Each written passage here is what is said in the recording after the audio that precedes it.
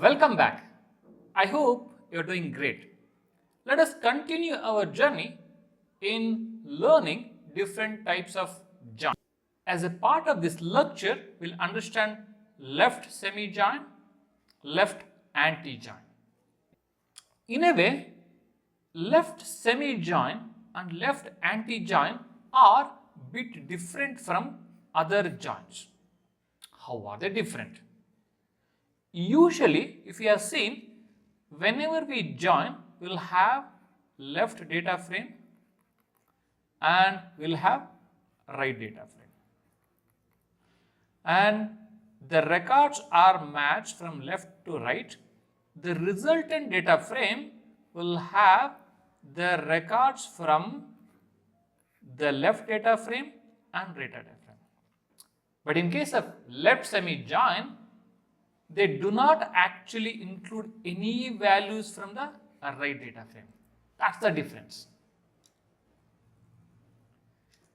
What actually they do is, they compare the values to see if the value exists in the second data frame. Means essentially they are trying to compare the left data frame records with the right data frame records. And they are trying to see if the value exists in the right data frame or not. If the value does exist, those rows will be kept in the result. Let us take an example. It will be a bit more intuitive. Let us say we have two data frames here. Okay. As usual, person data frame on the left side and graduate data frame on the right side. So if you see, we have 4 columns here and we do have another 4 columns here. Okay. So we have some 3 records here, 3 records here. The key on which we want to compare the left with the right is graduate program from the person data frame and ID from the graduate data frame. Now, in the left semi-join, what exactly happens is, so this value is compared with this value. Yes, there is a match. Okay, this value is compared this. Okay, so far there is only one match. Now this value is compared with this, and this. There is a match, and the same thing happens. Okay, so now if you really see, there is a match for the 3 records here. This one, and this one.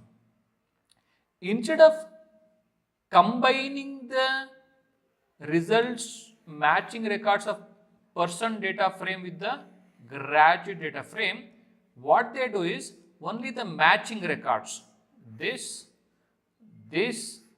and this will be kept in the resultant data frame. So it is not including any records from the right data frame. It is only including the records from the left data frame which are matching with the right data frame.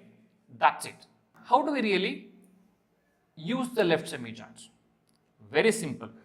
We have already seen how do we use the joins in our outer joins lecture and in the join lecture. It's the same thing here. You are including the left data frame along with the right data frame and you are using a join here. The join expression is whatever we have provided earlier and the join type here is left semi-join. That's it. Except that in a way this is acting as a filter. We understood how left semi-join work. Let us understand how left anti-join works. If you really see, left anti-join are just opposite of the left semi-join. In the left semi-join, what happened is when we compare the left data frame with the right data frame, only the matching records will be kept on the resultant data frame. But in case of left anti-join,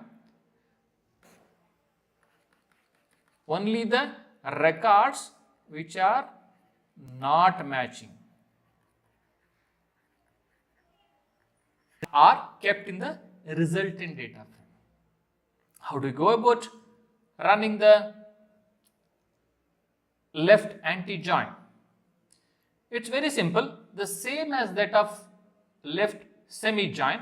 What you will do is, you will go ahead and specify the left data frame and join the right data frame, join expression, and in the join type, you will specify the left anti-join. Let's take an example here.